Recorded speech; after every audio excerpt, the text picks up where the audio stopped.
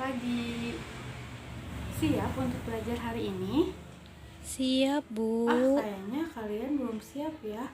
Kelasnya juga masih belum rapi, masih banyak sampah tuh di bawah-bawahnya. Coba bangkunya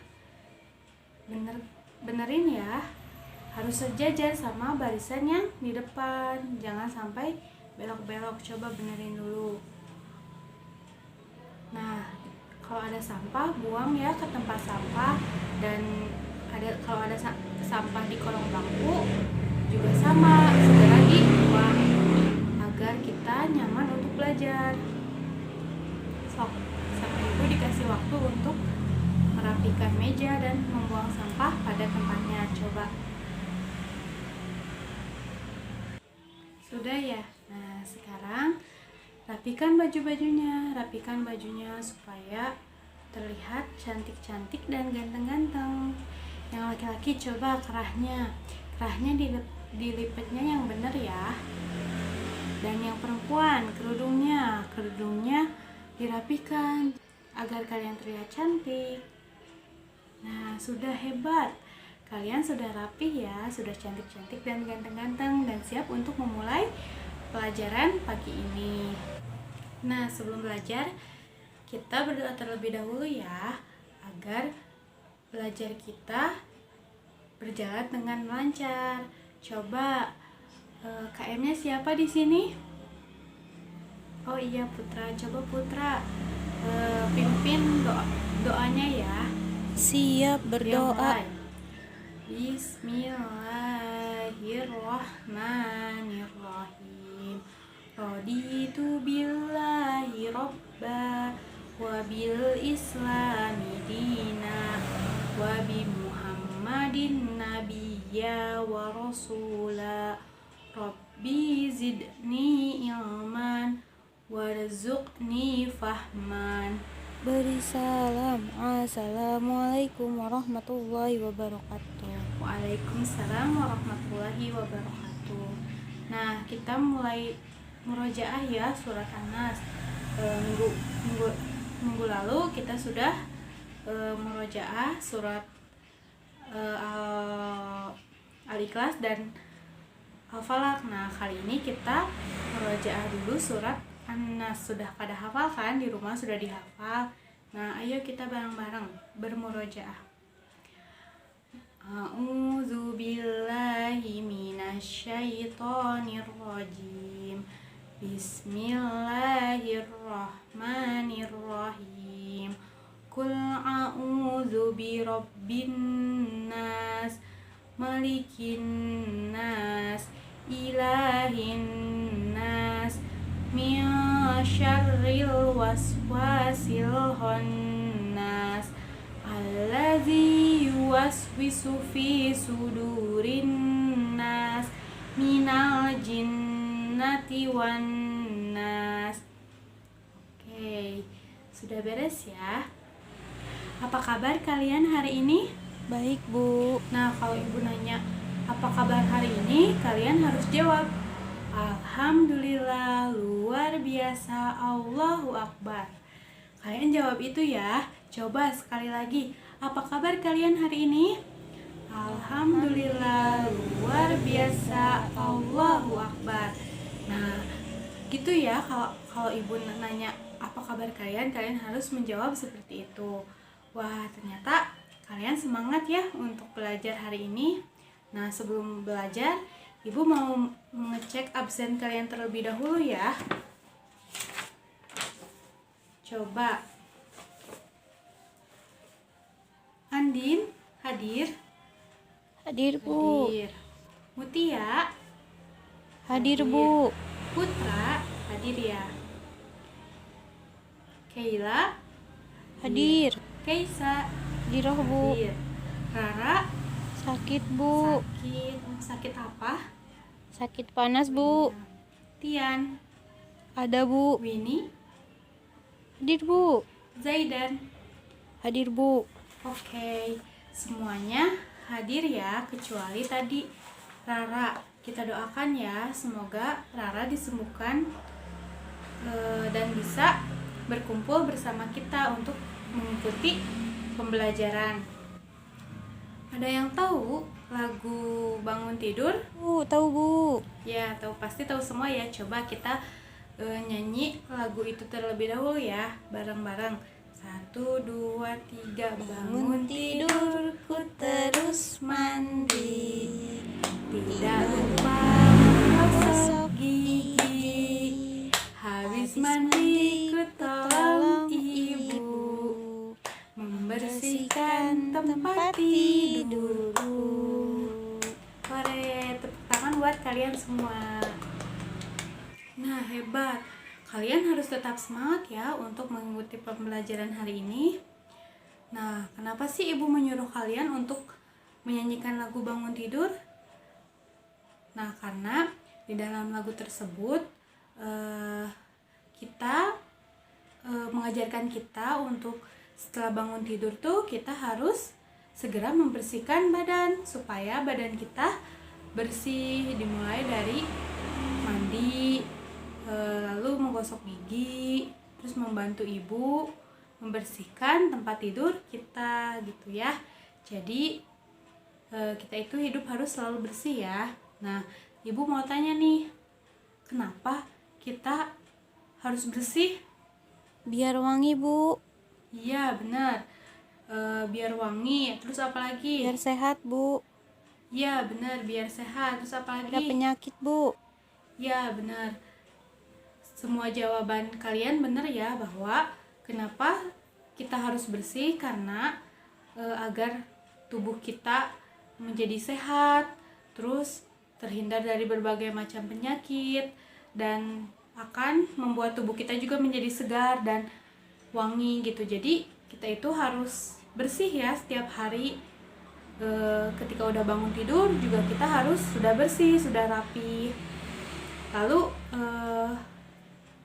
Allah juga sangat menyukai orang-orang yang bersih. Nah, pakaian kita pun juga harus bersih ya, terhindar dari kotoran. Lalu badan kita juga harus suci, harus bersih dari najis gitu. Nah, sekarang kita akan belajar mata pelajaran fikih bab 3 tentang Allah menyukai orang-orang yang suci. Nah, orang yang suci ini pasti akan terhindar dari najis, dan itu sangat disukai oleh Allah ya. Jadi kalian siap untuk belajar hari ini? Kalau siap, coba siapkan alat tulis kalian ya. Oke? Nah, sebelumnya ibu akan menyampaikan dulu kompetensi dasar yang akan dicapai pada pembelajaran hari ini. Yang pertama, 3.3 yaitu menerapkan tata cara menyucikan najis. Yang kedua, 3.4 yaitu menerapkan tata cara istinja. Yang ketiga, 4.4 mempraktekkan tata cara istinja. Nah, selanjutnya adapun tujuan pelajaran yang hendak dicapai. Yang pertama, peserta didik mampu menjelaskan pengertian dan macam-macam najis. Yang kedua, peserta didik mampu menjelaskan tata cara menyucikan najis. Yang ketiga, peserta didik mampu menjelaskan pengertian istinja beserta tata caranya. Dan yang terakhir, yang keempat, peserta didik mampu mendemonstrasikan dan mempraktekkan tata cara beristinja. Nah, siap ya? Oke, bagus. Nah, coba kalian amati gambar di depan ini. Apa sih yang terjadi pada anak laki-laki ini? Ayo, siapa yang bisa? Pipis di kasur Bu. Ya, dia itu pipis di kasur. Nah, lalu kalian pernah nggak mengalami seperti gambar di depan ini? Pernah Bu. Pasti ya pernah. Mungkin kalian seperti itu tuh karena kalian itu takut untuk ke kamar mandi sendiri, dan kalian itu tidak berani untuk membangunkan kedua orang tua kalian. Nah, sebagai seorang anak muslim yang pintar dan hebat, kita pasti tahu gitu bahwa air pipis itu hukumnya najis. Nah, kalian pasti bingung kan najis itu apa? Nah, biar kalian gak bingung, kita akan membahasnya satu persatu. Catat ya, apa yang perlu dicatat.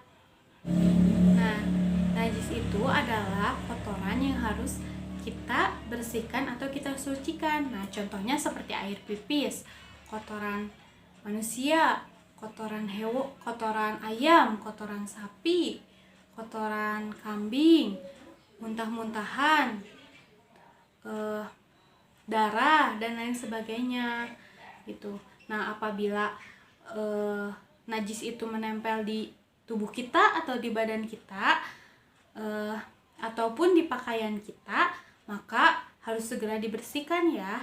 Karena jika kita sudah terkena najis itu, kita tidak akan bisa melaksanakan sholat. Misalnya jika celana kita terkena kotoran ayam, maka harus cepat dibersihkan. Kalau tidak cepat dibersihkan, sholatnya kita akan tidak sah.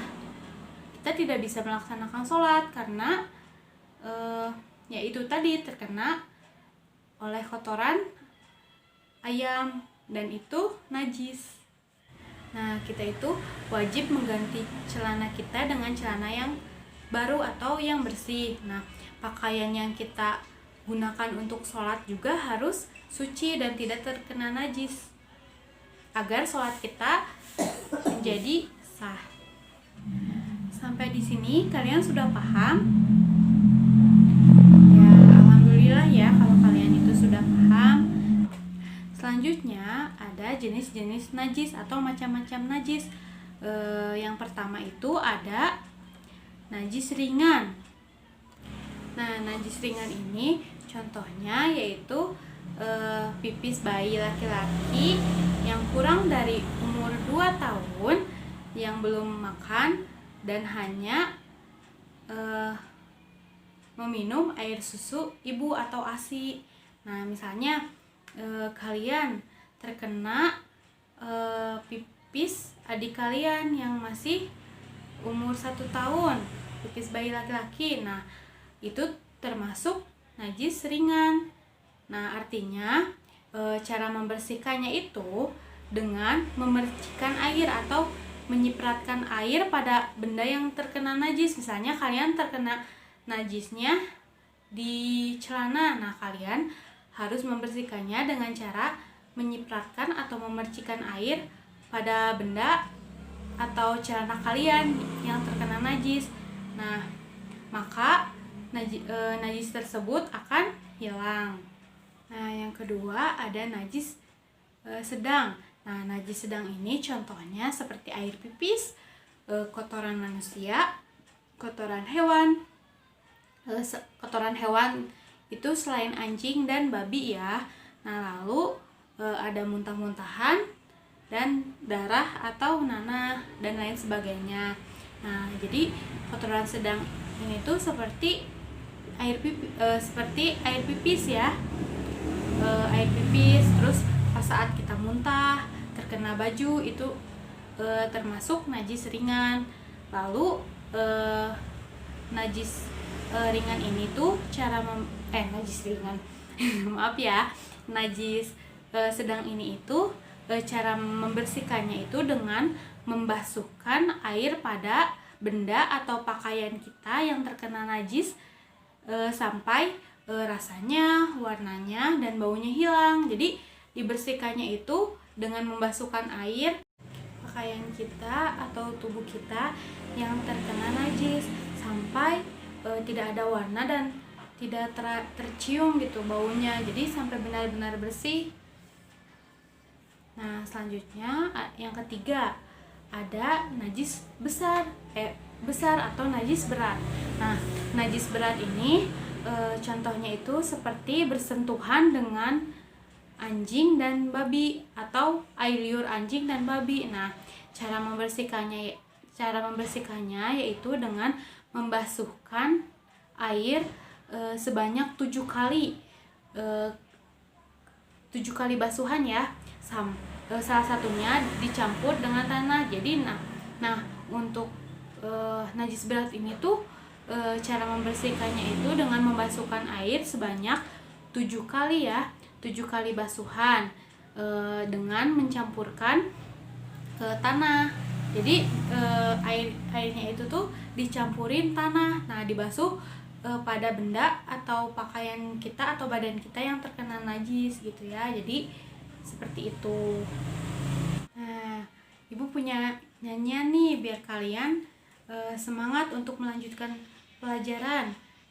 Nah, lagu ini tuh tentang macam-macam najis. Nah, kalian tahu kan lagu Naik-naik ke Puncak Gunung? Tahu kan nadanya seperti apa? Tahu. Nah, ini dia liriknya. Kalian ikutin ya. Kita mulai bareng-bareng ya. 1, 2, 3. Najis, najis itu kotoran, wajib kita sucikan. Ada 3 macam najis, ringan, sedang, dan berat. Najis ringan, pipis bayi laki yang belum makan selain ASI.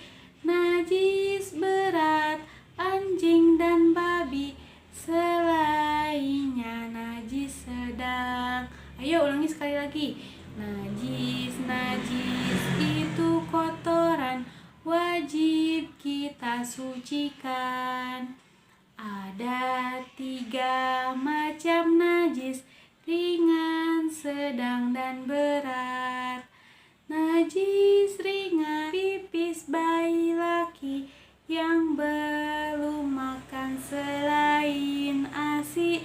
Najis berat, anjing dan babi, selainnya najis sedang. Oke, bagus kalian. Ternyata kalian bisa ya menyanyikannya. Coba kalian amati gambar di depan ini. Nah, apa sih yang akan dilakukan pada laki-laki di gambar tersebut? Ke WC, Bu. Ya, masuk WC. Ke kamar mandi, Masuk Bu. kamar mandi. Sama aja ya itu. Nah, untuk apa sih mereka menuju ke sana? Pipis, Ya, bisa Bu. untuk pipis dan untuk buang air besar. Nah, Ibu mau nanya sekali lagi. Nah, apakah pipis dan kotoran buang air besar itu najis? Iya, Bu, najis. Ya, tentu saja najis dan wajib kita sucikan. Jadi tadi kotoran buang air besar dan pipis itu termasuk ke najis apa sih? Najis sedang, Bu. Ya, benar, najis sedang. Nah, apa sih itu istinja? Ada yang sudah tahu? Tidak tahu, Bu. Belum ya? Pasti kalian merasa asing gitu, apa itu istinja. Nah, istinja itu yaitu membersihkan kotoran, buang air. Nah, buang air ini contohnya setelah kita pipis dan setelah buang air besar. Nah, gimana sih cara membersihkannya? Nah, cara membersihkannya yaitu dengan membasuh bagian yang terkena najis menggunakan air yang suci atau air yang mengalir. Jadi cara membersihkannya itu yaitu menggunakan air bersih, air yang suci, bukan air yang kotor ya. Nah, jadi istinja ini lebih utama itu menggunakan air yang mengalir. Dengan kan kita biasanya tuh kalau misalnya buang air kecil atau pipis itu kan menggunakan air, begitu juga dengan buang air besar ya. Nah, selain itu juga istinja juga dapat menggunakan batu dan kayu. Nah, kenapa sih batu dan kayu? Nah, kan pada saat zaman dahulu itu tidak ada air ya, maka bisa menggunakan batu dan kayu. Nah, selanjutnya yang terakhir, istinja itu tidak boleh menggunakan benda basah dan licin. Ya, sampai di sini kalian paham kan apa itu istinja? Paham Bu, Ya, paham. istinja itu jadi membersihkan kotoran, buang air. Nah, contohnya setelah pipis dan setelah buang air besar. Nah, cara menyucikannya itu yaitu dengan membasuhkan air pada bagian yang terkena najis menggunakan air ya, air yang bersih, jangan air yang kotor. Jadi udah paham ya?